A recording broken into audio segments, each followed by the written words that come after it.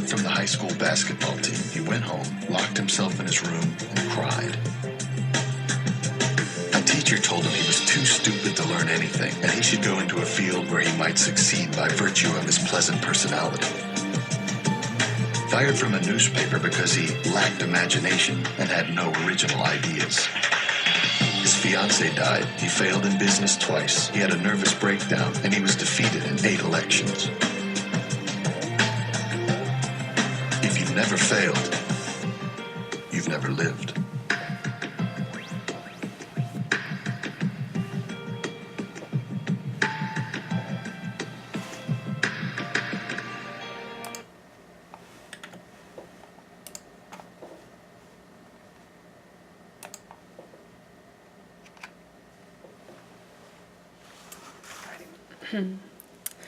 So, good morning, everybody. My name is Jessica Moss, and today I will be presenting the topic, Leadership is for Everyone. So, I just kind of wanted to play that clip for you guys to get you guys' minds going in the direction of how I want to present my project in ways that I think and how I see leadership, and express it through to you guys as it being for everyone. So typically when I do think of leaders, I think of words like defeat, cuts, disappointments, failures, mistakes, and things like that. And no, that's not typically the characteristics that we would like to put towards the person that we think is the one or that a great leader should be. But I think those words are important when describing a leader because we can vicariously learn things through them because of their trials and tribulations and their faults, and showing the way as to how we should follow them. So if you guys would sit back and go through this presentation with me, I would like to present how leadership is for everyone. Here we go. Alrighty. So, excuse me, a couple of key points that I'll be going over throughout my presentation are levels of leadership, lessons of failure, influence, inclusion, diversity, and Title IX. So my first point is you are the most important leader of your organization. So when engaging and discussing topics about leadership, I've always asked myself if leadership is a born or learned characteristic. Of course, I've had my personal opinions about this question and answering, that it's a born trait only because I see myself as the born leader. But after doing my research throughout this chapter in our book and pulling from different sources, I found out that my viewpoints have kind of changed a bit only because of how I now see it. So kind of tying it into the specific work field that we're in, and I know we're all sports administration grad students, we're going through the same program, but my specific title as a graduate assistant of a sports team, I kind of looked at it in a different way, so I'll show you guys how I did that. So typically when I think of levels or hierarchy, domain type of things, I try to put it in like pyramid form or triangular form, and in this particular setting, like I said, I put it into sports terms so I can picture it in my mind how I see it. So we have 8 levels of leadership in sports term, and I feel like these levels throughout any athletic program or, any from elementary all the way up through, university-wise, these could work in programs or anything of that sort to do with any form of sports. So at the top I have the president of a university. Underneath him I have our athletic director. Underneath our athletic director I have our compliance coordinator, then on to our head coach. Underneath the head coach is an assistant coach or a graduate assistant. Underneath them is an athletic trainer. Underneath the athletic trainer are the players, and underneath the players are our managers or our work study. And like I said, I visualize it in this way so I can see that each level, that there's a specific role that each one has to fulfill in being a leader in that group. And right now I'm at the graduate assistant level here, and I've been at both the players and the manager work study level, and I plan to get up to the athletic director level. But throughout each of these levels, we have specific contributions and parts to making the athletic department or our program work successfully. So, like I said, kind of going back to our first slide, you're the most important leader in your organization. I just made a point that as leaders, you influence a lot of what others think or do or feel. And this influence derives from how closely connected one may feel when you handle certain situations during everyday life. And like I said, going back to this and putting it in my terms of work, throughout everyday life, we have to have an observable set of skills throughout each level that we're in order for our program to work successfully. So moving on to my next point. I'm more of a visual person, so I came across a few of these pictures that I posted, and I wanted to use them to help me discuss how I understand the difference between a boss and a leader. So pretty much reverting back to the levels of leadership, the chart that I just showed you guys, this is just another view to help, get my point across.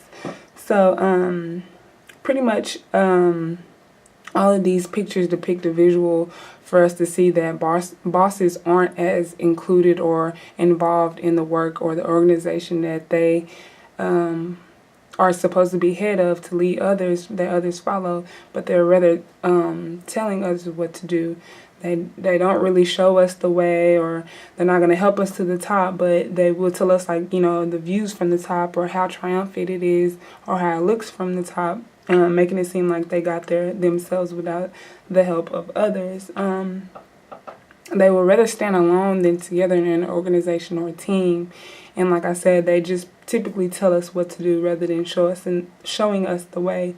And excuse me, when describing the difference between the two of them, I kind of think of bosses as people who learn skills and abilities like through business schools or management courses or like online certificate type of programs and things like that, while leaders, I feel like, inherit like personality characteristics within them that are something that is just within them, that is born. It kind of made me think of the quote, "A leader is one who knows the way, goes the way, and shows the way." And a point in our book that I was reading across, going through this chapter, was humility is an antidote to hubris. And that pretty much, to me, goes along with this quote, "A leader is one who knows the way, goes the way, and shows the way," because this person is humble enough to sit back and correct themselves and do things, the way that they will want others to do it. They want to show you the way. They want to go this way. They don't want to lead you in the wrong direction. And if they do, they'll step back and say, I'm able to correct myself. I'm humble enough to correct myself and lead you guys in a better direction. So that's just kind of how I depict it in my mind, bosses versus leaders. So moving on to my next slide. Not all heroes wear capes. I feel like this is a very important and true saying in today's times. Of course, we think of, Batman and Superman and Superwoman and Wonder Woman. All these people that wear capes are the only people that are heroes or that can save the day. But I can go back to probably earlier than, elementary school, kindergarten times up until now, and thinking of papers and discussions that I've had to partake in to tell or write about the most influential person that I've had in my life, and I feel like that these people are heroes that do not wear capes, and they are huge leaders in our lives that make a difference.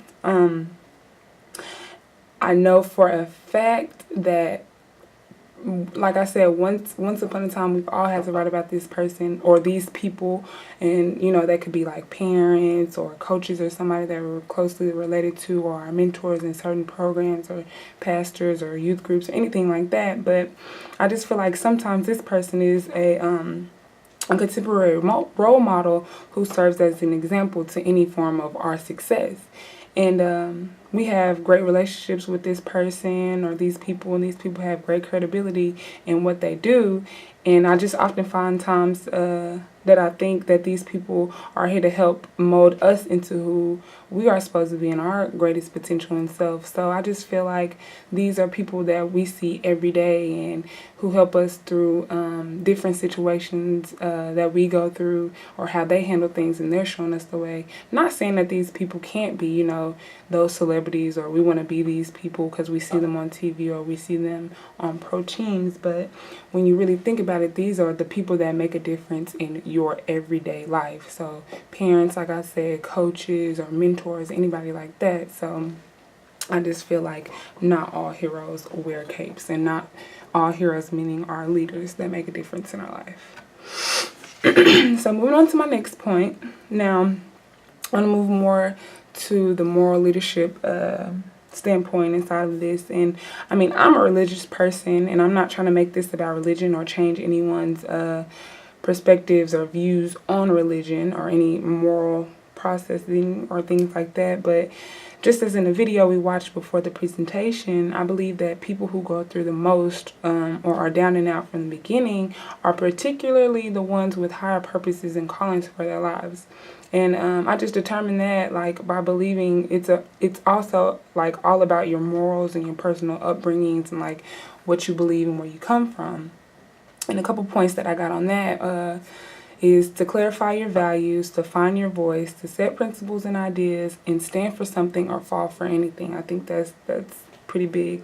And finding your voice, that's another big one that I like too, because I think that there's a little voice that lives inside of each and every one of us that we must get in tune with. To find that perfect balance of equilibrium, to figure out our individual leadership roles specifically for us. And in saying that, I know that I read that you must first be able to lead yourself before you leading others. So that just brought me to my next point, that leadership development is self-development, and figuring out your purpose and why, and figuring out your true gift. And just reading through our books, I know on page 345, you guys can go back and go over that yourselves, because I can't tell you your purpose or your calling on why, but I just know that we all have one, and in order to be leaders, we must first lead ourselves. So I think that's a key point to go back and read on to figure out that answer for yourself. Okay, so moving on to my next point, and coming near to a closing of my presentation, I would kind of like to switch gears for a bit and get more in depth with who leaders are or can be. And pretty much I just noticed while reading my book and going through my sources and researching upon this topic that it says a lot about leaders. It doesn't pinpoint out him being a leader or her being a leader. It just says leaders. And I feel like this is an excellent representation of who leaders are, because everyone is born with some type of leader inside of them, whether that's a good or a bad leader. You're going to either lead somebody down the wrong path or the right path. You're still a leader of some sort at the end of the day. And I just feel like that learning different things from others as we grow is helpful when we're just taking bits and pieces and storing them into our tool belt of life to use for later on down the road. And kind of going back to my pyramid of levels of leadership, I think that whether it be on the front line of leadership or at the top of leadership, like our president or our AD, or whether it be, the person or the managers down at the bottom, or the athletic trainers closer to the bottom, doing the things behind the scenes, helping to run a show, like, making sure the athletes' bodies are safe and ready for game time, or making sure our clothes and things are washed like that. I feel like that, like I said, everybody has a bit of leadership and a role to play within them in their job. So I think that we should take each and every single day as an opportunity to do something different and better.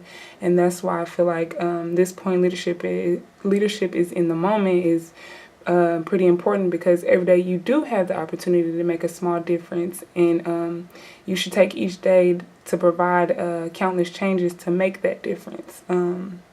whenever opportunities present themselves where everyone being a leader can come in handy, that is when it's your time to shine. So pretty much this chapter, like I said, just helps us to use the opportunity, and it breaks down those stereotypical or those discriminatory or those sexual barriers, and it helps us to become the leader that we are supposed to be.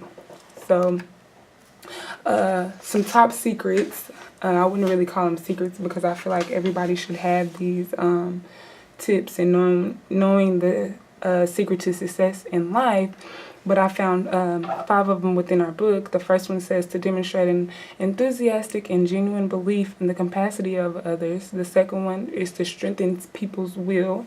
The third one is to supply the means to achieve. And the fourth one is to express optimism for the future. The fifth one is remain positive despite obstacles and setbacks. I just feel like these 5 secrets helps leaders keep hope alive even through the most difficult of times. Their positive can-do approach in life is desperately needed from each and every one of them for themselves and for others to be able to pour into others. So I just feel like despite anything that's going on, this person is able to be strong enough to take heed on what's thrown at them to fight back and make a change, to be able to lead themselves out of it and to lead others out of it. And pretty much coming to a close, like I said, I know I'm kind of going over time, but I've read at the end of this chapter from the authors Coates and Posner, they ended it with the line saying, leadership is not an affair of the head, leadership is an affair of the heart. And it just made me think of the quote, love what you do and you'll never have to work again a day in your life. I feel like this is exceptionally important for all leaders. I know we have those days where we have our alarm set for 4 or 5 in the morning to get up and, go to our jobs. And typically bosses and leaders, this is where I feel like they're different, because bosses get up and dread going to work and they're groggy. But leaders, they're ready to get up and get after it, to learn something, use that day to be productive, and to show others the way to be productive to get to the top. So I just feel like these top secret, quote unquote, successes in life are very important to helping us become better leaders. So in conclusion, it's just my last slide here is 2 links that I found of articles on athleticmanagement.com that I use to coordinate with this presentation. I don't really have time, but I want you guys to take some time to read them on your own. And, you can use this PowerPoint as a guideline to help you see the comparisons of a leader and how it is for everybody. But I just feel like both of these articles discuss diversity, inclusion, and Title IX in sports, comparing like minority, sex, and class between those of a superior standing. So you can tie those into this presentation.